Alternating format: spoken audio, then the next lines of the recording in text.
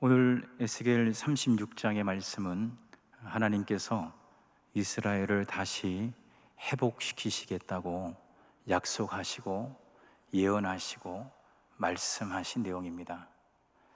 이스라엘은 하나님 앞에 범죄했습니다.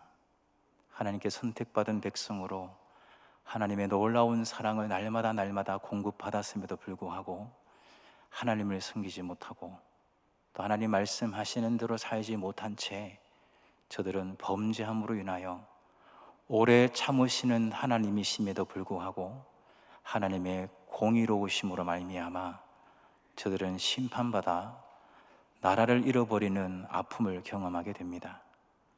그리고 급기야 바벨론의 포로로 끌려가서 처참한 포로의 삶을 살고 있을 때 우리 하나님께서는 다시 이스라엘을 향하여 말씀하시기를 내가 너희들을 회복시켜 주겠다 라고 말씀하시는 내용이 36장 전체에 담겨져 있습니다.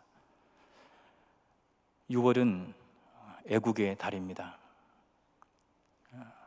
우리 조국을 위하여 목숨 바쳐 헌신하고 희생하신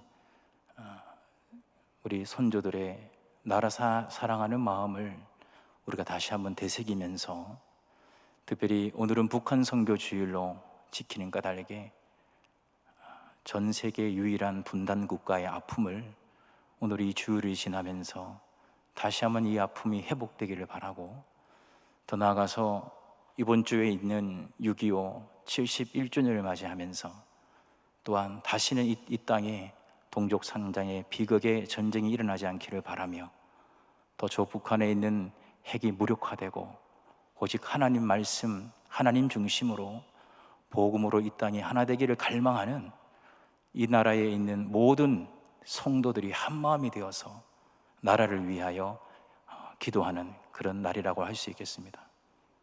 그런 의미에서 그동안 온라인으로 예배드렸던 북한 선교부의 우리 새터민 새가족들이 또 열심을 내어서 오늘 이 자리에 함께 참여하면서 그 누구보다도 감회가 새로운 마음으로 하나님께 예배드리고 있습니다.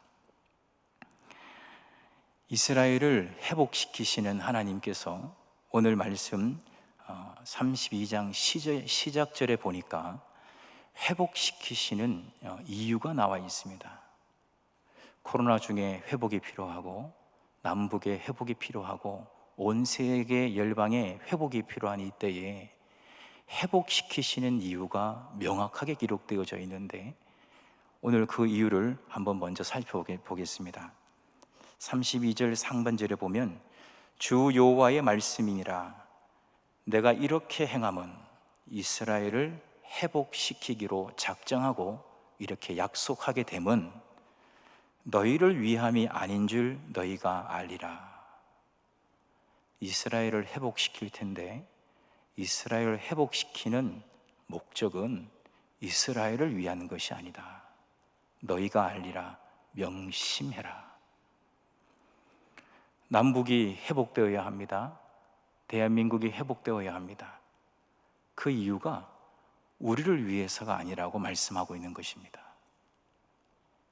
우리의 명예를 회복하기 위해서, 우리의 자존심을 세우기 위해서, 나를 위해서 하시는 일이 아니라는 거예요.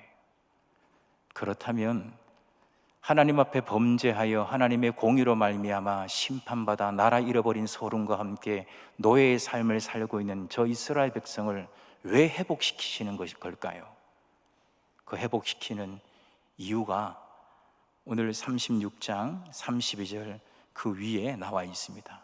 22절, 23절인데요 22절에 보니까 그러므로 너는 이스라엘 족속에게 이르기를 주 여호와께서 이같이 말씀하시기를 이스라엘 족속아 내가 이렇게 행함은 내가 이스라엘을 회복시키겠다고 약속하게 된 것은 너희를 위함이 아니요 너희가 들어간 그 여러 나라에서 더럽힌 나의 거룩한 이름을 위함이라.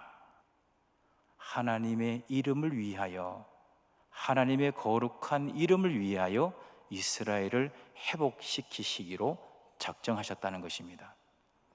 23절에 보니까 여러 나라 가운데서 더럽혀진 이름, 곧 너희가 그들 가운데에서 더럽힌 나의 큰 이름을 내가 거룩하게 할지라. 내가 그들의 눈앞에서 너희로 말미암아 나의 거룩함을 나타내리니 내가 여호와인 줄을 여러 나라 사람이 알리라. 주 여호와의 말씀이니라. 회복하시는 근본적인 이유는 하나님의 이름을 위해서입니다. 여러분 가정이 왜 회복되기를 원하십니까? 성도의 가정이 왜 회복되어야 하나요? 교회가 왜 회복되어져야 합니까?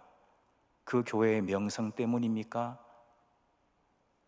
명문 가문이어서 자자손손 내려왔던 그 명문의 내력 때문에 회복되어져야 되는 것입니까?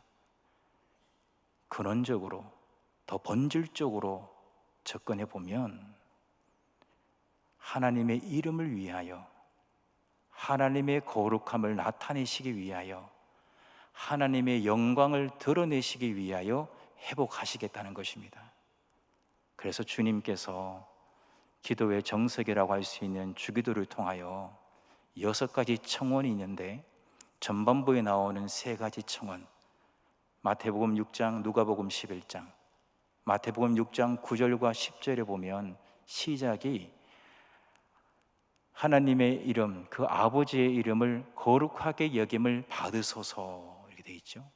받으소서, 하나님의 이름이 거룩하게 여김 받으소서. 임하소서, 하나님 나라가 임하소서. 이루소서, 하나님의 뜻이 땅에서도 이루소서. 기도 중에 기도요, 규범 중에 규범이라고 할 수 있는 기도의 정석 주기도문에 6가지 청원 가운데 첫 번째, 두 번째, 세 번째가 받으소서, 하나님의 이름이 거룩하시도록. 이루소서, 하나님의 나라가 이루어지도록. 또 임하소서, 하나님 나라가 임하도록. 이루소서, 하나님의 뜻이 이루어지도록. 그래서 우리가 저 북녘 땅이 회복되어져야 할 이유가 어디에 있습니까? 전 세계 유일한 분단 국가니까 그 아픔 달래달라고요? 그것보다 더 근원적인 이유가 있다는 것이죠. 하나님의 거룩함을 드러내시기 위하여, 하나님이 살아계심을 온 세계에 알리시기 위하여, 하나님의 그 큰 거룩한 이름이 나타나게 하시기 위하여. 그래서 오늘 이 말씀을 통하여 우리가 기도 제목으로 바꾸어 기도해 본다면, 하나님, 저 북한 땅에 하나님의 이름이 거룩하게 여김받게 해 주옵소서. 하나님, 저 북녘 땅에 하나님 나라가 임하게 하여 주옵소서. 하나님, 저 북녘 땅에 하나님의 뜻이 이루어지게 하여 주옵소서. 이와 같은 기도가 오늘 말씀에 연결되는 기도 제목입니다. 그래서 오늘 우리가 꼭 기억해야 될 것은, 성도의 가정이 회복되기를 누구보다도 하나님이 바라고 계셔요. 왜? 성도라고 불려지는 그 가정의 주권자가 되시는 하나님, 그 하나님의 이름이 그 가정 때문에 더럽혀졌거든요. 하나님이 주인 되시는 그 교회가 그 교회에 모여있는 성도들로 인하여 더럽혀졌거든요. 하나님을 믿나라고 자처하는 나라들이 하나님의 이름을 더럽혔거든요. 물론 하나님의 영광은 인간이 더럽힌다고 해서 더럽혀질 그런 것이 아닙니다. 그러나 하나님께서는 우리 입장에서 서서 표현해 주시기를, 너희들이 내 이름을 더럽힌 까닭에 이제 내가 나의 그 큰 거룩한 이름을 나타내야 되겠다라고 말씀하시는 것입니다. 이 시간 회복을 원하는 기도 제목이 있다면 이렇게 기도해야 되겠습니다. 하나님, 우리 가정 너무 자존심 상해요. 우리 가정 너무 명예가 실추되어 있어요. 하나님, 회복시켜 주세요. 아니요. 하나님, 우리 가정을 통하여 하나님의 이름이 거룩하게 여김 받으시기를 원하고, 우리 가정에 하나님 나라가 임하기를 원하고, 우리 가정에 하나님의 뜻이 이루어지기를 원합니다. 하나님, 회복시켜 주세요.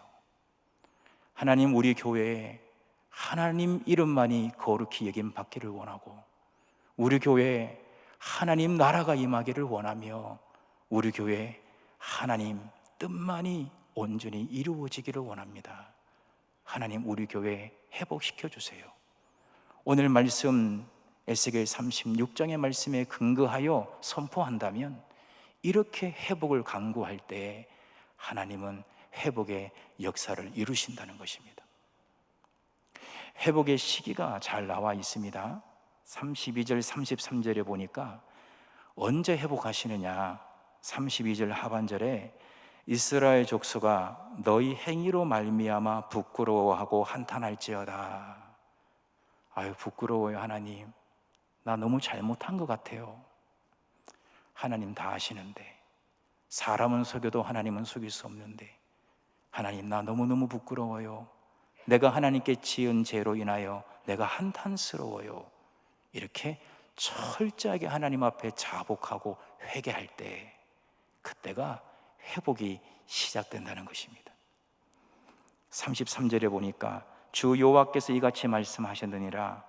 내가 너희를 모든 죄악에서 정결하게 하는 날에, 모든 죄악에서 정결하게 하는 날, 그 시기에 회복이 시작된다는 것입니다.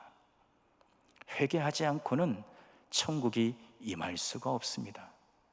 그래야 예수님도 천국이 가까이 왔다 선언하신 이후에 회개하라고 말씀하지 아니하시고, 회개하라, 천국이 가까이 왔다라고 말씀하신 것입니다.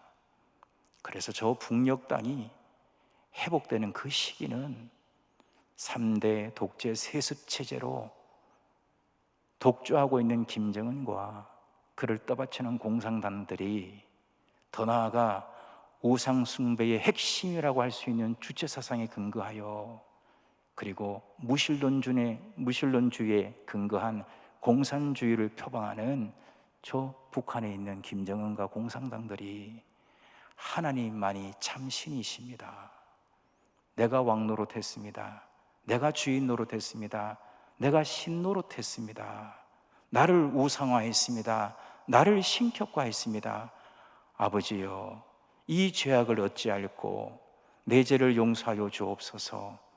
부끄러워하고 한탄하며 하나님 앞에 자복할 때 북한은 회복되는 것입니다. 이런 회개가 없이는요, 잘 되는 것 같으나 반드시 무너지게 되어 있습니다. 이 회개를 통한 회복의 역사는 인간 스스로 자력의 힘으로 되지 않기에, 바로 그 유일하신 아들 모노게네스, 예수님이 그리스도시요 나의 주가 되심을 고백함으로 말미암아 구원의 역사가 일어나는 것입니다. 이스라엘은 무엇을 부끄러워하고 무엇을 한탄하며 하나님 앞에 회개해야 했을까요? 구체적인 회개의 내용이 25절에 두 가지로 정리되어져 있습니다. 25절에 보니까 맑은 물을 너희에게 뿌려서, 이렇게 정결 예식입니다. 깨끗하게 하시는 정결 예식이에요. 맑은 물을 너희에게 뿌려서 너희로 정결하게 하되, 첫 번째, 너희 모든 더러운 것에서와, 너희 모든 더러운 것. 이것은 하나님 말씀대로 살지 않는 그 모든 불순종의 모습들을 말합니다. 하나님 보시기에 생각으로 지은 죄, 마음으로 지은 죄, 그 누구도 알 길이 없지만, 내 옆에는 아내도 모르고 남편도 모르고 내 자식도 모르고, 그러나 하나님 앞에서 서 있는 내가 하나님 앞에 섰을 때에 생각으로나 마음으로나 드러나지 않는 걸 알지라도 하나님 보시기에 옳지 않은 것, 그 모든 것, 그것을 돌아보고 자복하고 회개하라는 것이고요. 두 번째는 모든 우상 숭배입니다. 하나님 그 자리에 대체해 놓은 것. 세상 이방인들은 하나님 그 자리에 많은 것을 갖다 놓았겠죠.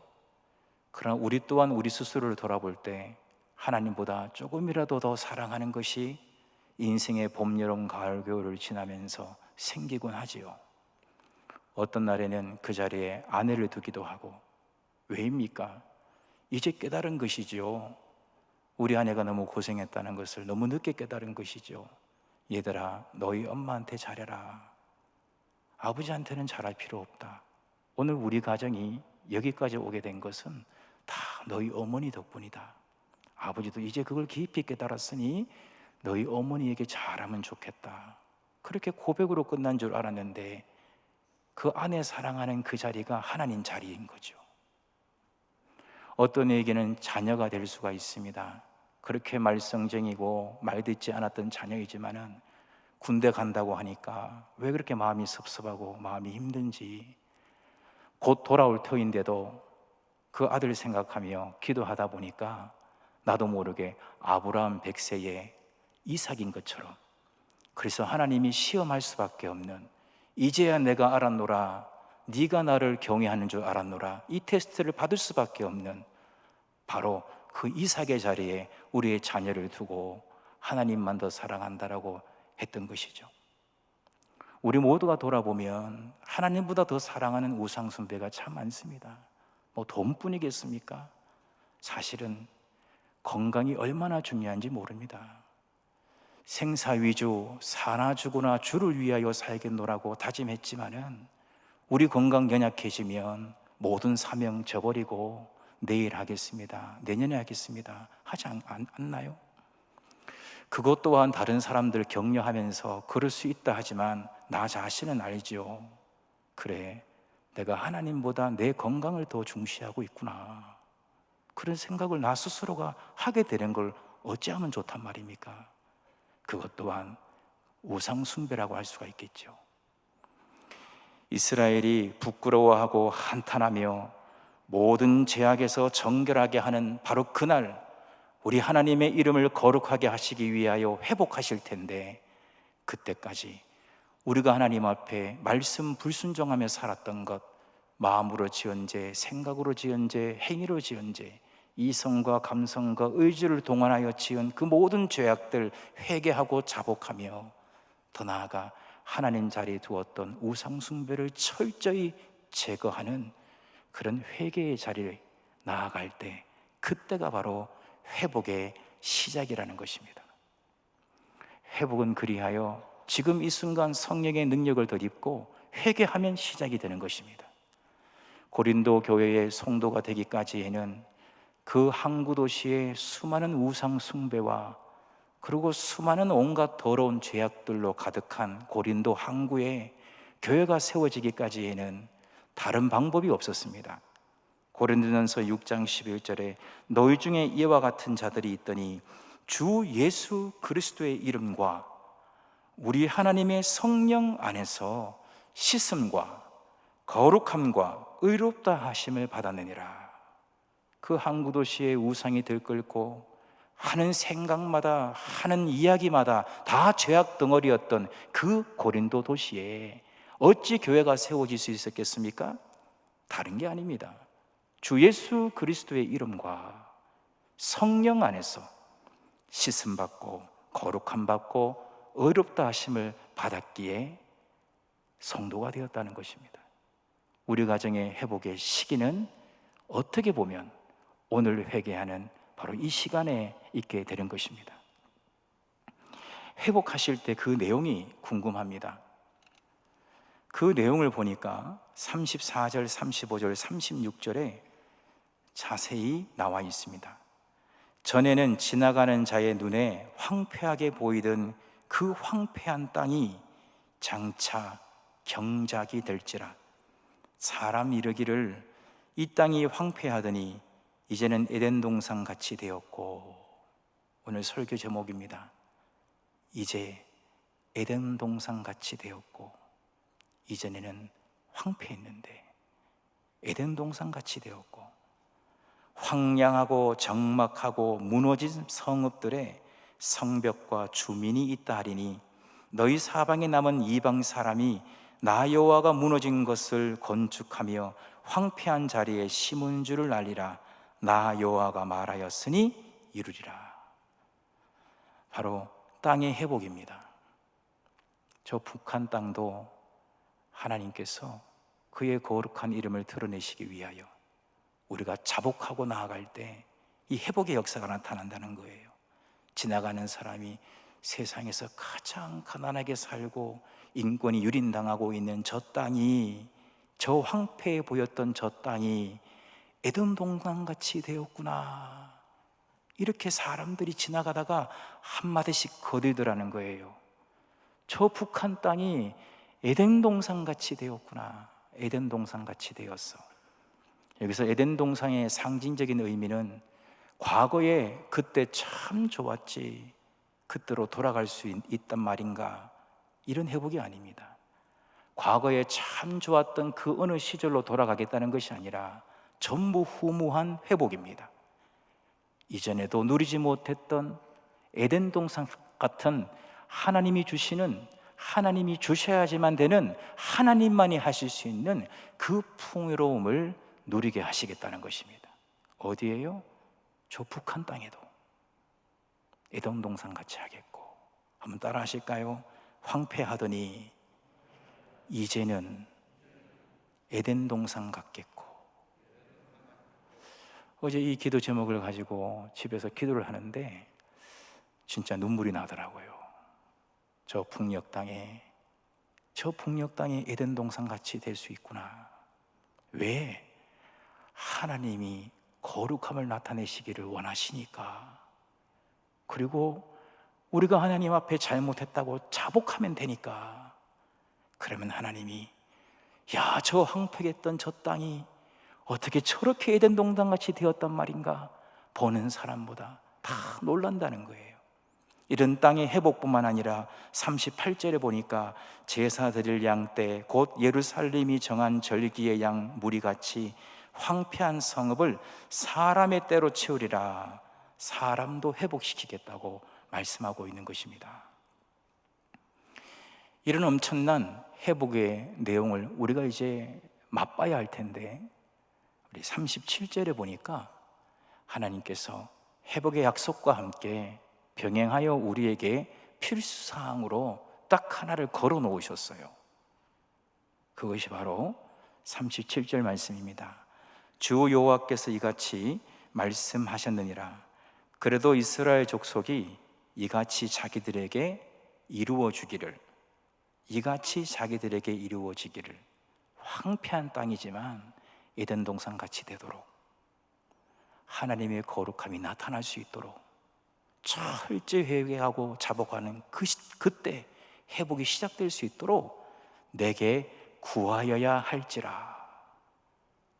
하나님이 다 알아서 하실 것만 같았는데 하나님의 회복의 약속과 병행되어 우리에게 필수사항으로 걸어놓으신 것이 그래도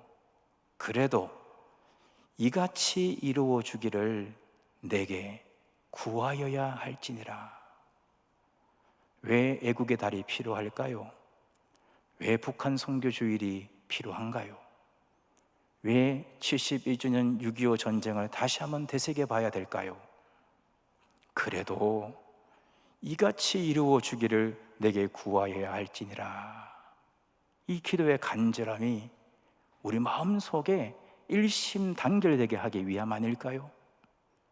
그리하여 그 어떠한 날보다도 오늘은 저 북녘 땅을 바라보며 간절히 기도하는 그 간절함이 그 어느 날보다도 특심이 되어야 할 것입니다. 저는 6.25 전쟁에 핵과 관련되어지는 이야기를 듣고 너무나 놀랐습니다. 6.25 전쟁 기간 동안 핵을 한반도에 투하시키려고 했던 계획이 4차례나 있었더군요. 6.25가 시작되는 바로 그 시기, 구소련과 구중공군이 적극적으로 개입하는 것을 막기 위하여 핵폭탄을 한반도에 투입시키려고 했던 그런 극비 문서가 발견됐지요. 또 인천 상륙작전으로 완전히 전세를 뒤집어서 저 두만강까지 올라갔지만 구중공 인해 전술로 인하여 다시 한번 새로운 어려움을 겪고 있을 때 중공군의 참전으로 말미암아 트루먼 대통령이 1950년 11월 30일 기자회견 공식 발표를 합니다. 군사적 상황에 대처하기 위해서라면 필요한 모든 행동을 취할 것입니다. 기자가 묻습니다. 그 모든 행동에는 원자폭탄도 포함됩니까? 대통령 트루먼이 말합니다. 우리가 보유하고 있는 모든 무기가 포함됩니다. 기자의 집요함이 나타납니다. 기자가 또 묻습니다. 그 말은 핵무기 사용을 적극 고려한다는 말입니까? 트루먼 대통령이 말합니다. 우리는 항상 원자탄 사용을 고려해 왔습니다. 저는 그것이 사용되기를 원하지 않습니다. 그러나 영어 문장에 but이라고 나가는 그것이 중요 문장이죠. but, 그러나 우리는 적절한 시점에 어떠한 무기의 사용도 배제하지 않을 것입니다. 중공군이 참전되어서 다시 한번 전세가 기울었을 때 원자폭탄을 미국 대통령은 만지고 있었던 것입니다.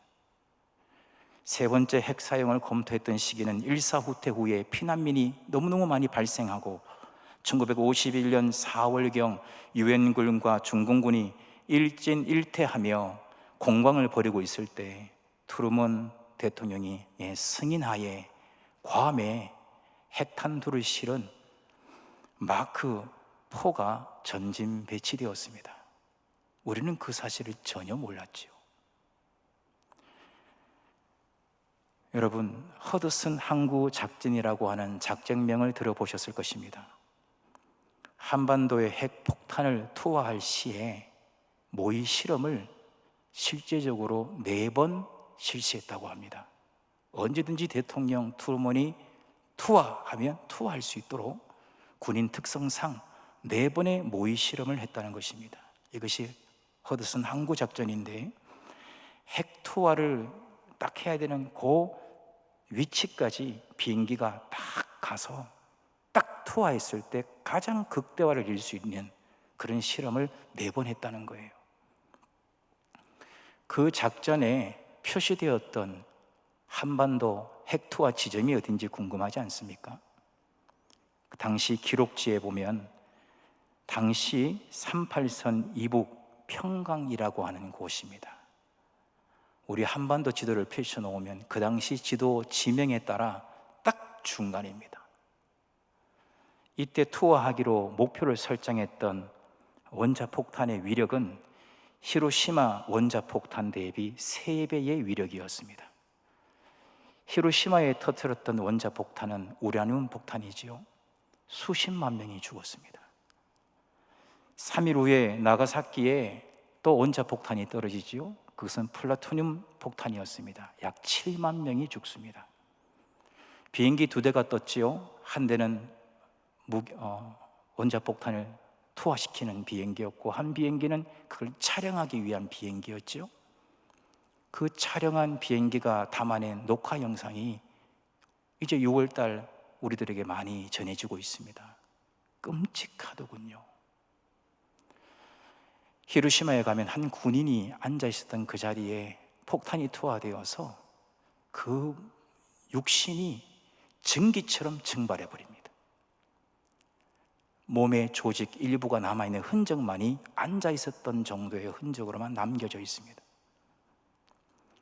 히로시마에 투하했던 3배의 위력을 이 한반도에 투하할 목적으로 4번의 실험까지 했다고 하니, 여러분, 우리 한반도는 어찌 보면 오늘의 이 부흥을 경험하지 못할 수도 있을 뻔했습니다. 왜 투하를 안 했을까요? 제3차 세계대전이 일어나기 위함이다. 어떤 학자는 말합니다.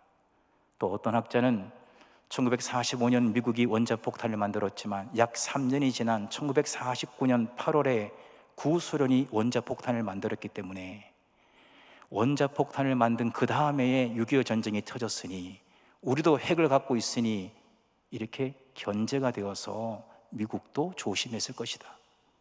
국제 여론을 무시할 수 없었기 때문에 조심했을 것이다. 다양한 이유가 있고 또 다양한 이유가 있을 것입니다. 그 중에 참 슬픈 이유 하나가 설득력을 얻고 있더군요.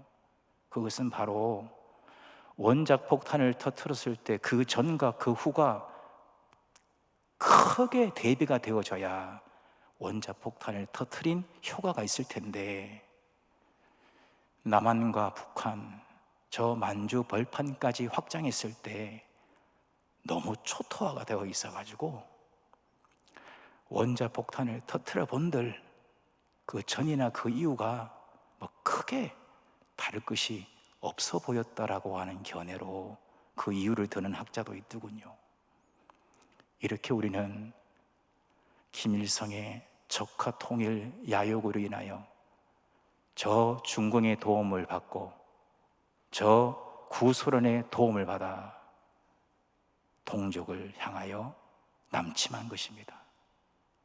그래야 원자폭탄조차도 터뜨릴 필요가 없겠다, 너무 폐허가 되었으니까 그랬던 나라였던 것입니다. 이제 71년이 되었습니다.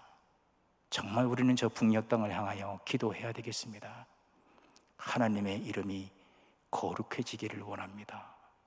하나님의 거룩함이 나타나기를 원합니다. 황폐했던 저 북녘 땅이 에덴 동산같이 되었는 곳, 어서서 김정은이 자복하기를 원하고, 우리 또한 내게 있는 우상을 다 제거하고 하나님께 불순종했던 것들을 회개하며 자복하며 나아갈 때에 우리 하나님은 이제는 에덴 동산 같은 놀라운 회복의 역사를 부어 주실 줄로 믿습니다. 기도하겠습니다. 하나님 아버지, 북한 선교주일과 북한 선교부 헌신 예배를 통하여 우리 안에 다시 한번 나라 사랑하는 마음과 평화의 소중함과 무엇보다 저 북녘 땅을 향하여 기도할 수 있도록 인도하시니 감사합니다. 오늘 말씀처럼 하나님의 이름이 거룩히 여김 받으시옵소서. 하나님 나라가 임하게 하여 주옵소서. 하나님의 뜻이 이루어지게 하여 주옵소서. 저 북녘 땅도 에덴 동산 같은 놀라운 회복의 역사가 있게 하여 주시옵소서. 우리 주님 예수 그리스도 이름으로 기도드립니다. 아멘.